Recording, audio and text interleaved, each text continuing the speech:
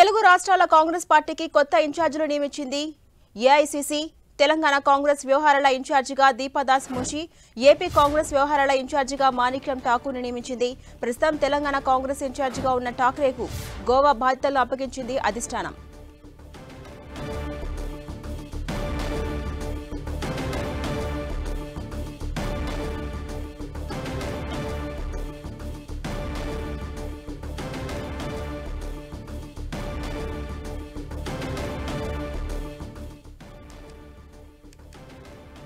తెలుగు రాష్ట్రాల కాంగ్రెస్ పార్టీకి కొత్త ఇన్ఛార్జీలు నియమించింది ఏఐసీసీ.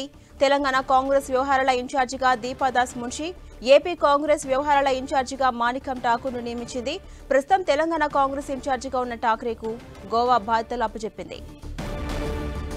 ఇదే అంశంపై మరింత సమాచారం మా ప్రతినిధి గోపి అందిస్తారు. గోపి, కాంగ్రెస్ పార్టీ 2024 సార్వత్రిక ఎన్నికలకు ముందు సంస్థాగతంగా కీలక మార్పులు చేర్పులను చేయడం జరిగింది. ప్రధాన కార్యదర్శులు అలాగే పోలీసాధికారితో పాటుగా ఇటు జాయింట్ ట్రెజరర్స్ అలాగే రాష్ట్రాల ఇన్ఛార్జీల్లో మార్పులు చేర్పులు చేయడం జరిగింది. తెలుగు రాష్ట్రాలకు సంబంధించిన రాష్ట్రాల ఇన్ఛార్జీలని మార్చడం జరిగింది. ఆంధ్రప్రదేశ్ కు సంబంధించి ఉమెన్ చాందీ ఇప్పటి వరకు ఇన్ఛార్జ్ గా కొనసాగుతూ వచ్చారు. కానీ ఆయన ఇటీవలే మరణించడంతో ఆయన స్థానంలో మాణిక్యం ఠాకూర్ కి ఇటు రాష్ట్ర ఇన్ఛార్జ్ గా బాధ్యతలు ఇవ్వడం జరిగింది. అలాగే ఇటు తెలంగాణకు అడిషనల్ గా ఇప్పటి వరకు కొనసాగిన మాణిక్యం ఠాకరేని గోవాకు బదిలీ చేస్తూ దీపా దాస్ మున్షికి ఇటు తెలంగాణ ఇన్ఛార్జ్ గా బాధ్యతలు ఇవ్వడం జరిగింది. అంతేకాదు ముకుల్ వాస్నిక్ ని గుజరాత్ కి ఇటు జనరల్ సెక్రటరీగా నియమించడం జరిగింది. ప్రియాంక గాంధీ వాద్రాకి ఎటువంటి పోర్ట్ఫోలియో కూడా ఇవ్వలేదు. ఏ రాష్ట్రానికి జనరల్ సెక్రటరీగా కానీ ఇన్ఛార్జ్ కానీ ఆమెని నియమించలేదు. అలాగే Jitendra Singh Assam additional charge of Madhya Pradesh గా ఆయనకి జితేంద్ర సింగ్ ని నియమించడం జరిగింది. అలాగే కర్ణాటక రాష్ట్రానికి రణదీప్ సింగ్ సుర్జేవాలా జనరల్ సెక్రటరీ, అలాగే అసెంట్ స్టేట్ గా రాష్ట్రాల బాధ్యతలను ఈ కీలక నేతలకు అప్పగించడం జరిగింది. సచిన్ పైలట్ కి ఛత్తీస్గఢ్, అలాగే అవినాష్ పాండేకి ఉత్తరప్రదేశ్, అలాగే కుమారి శైలజాకి ఉత్తరాఖండ్ తో పాటుగా ఇటు జిఎంఈర్ కి జార్ఖండ్, అలాగే వెస్ట్ బెంగాల్ రాష్ట్రాలను అప్పగించడం జరిగింది. అలాగే జయరాం రమేష్ కమ్యూనికేషన్స్ ఇన్ఛార్జ్ గా ఆయన కొనసాగుతారు.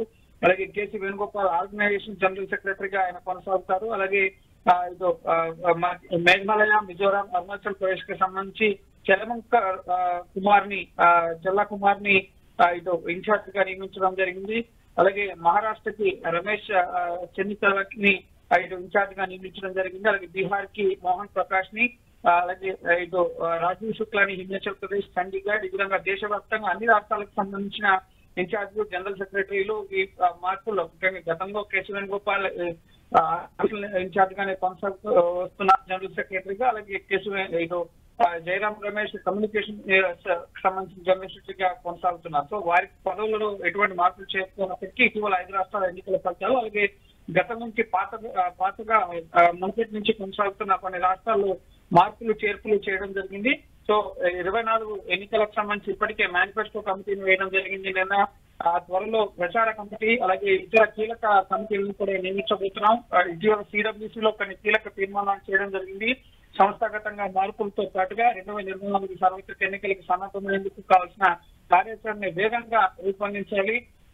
ఈ డిసెంబర్ 31కి కీలక అంశాలపై నిర్ణయం తీసుకోవాలని చెప్పి నిర్ణయించడం జరిగింది. అందులో భాగంగానే ఇప్పుడు రాష్ట్రాల ఇన్ఛార్జిని సైతం మార్చడం జరిగింది. Right, thank you Gopi.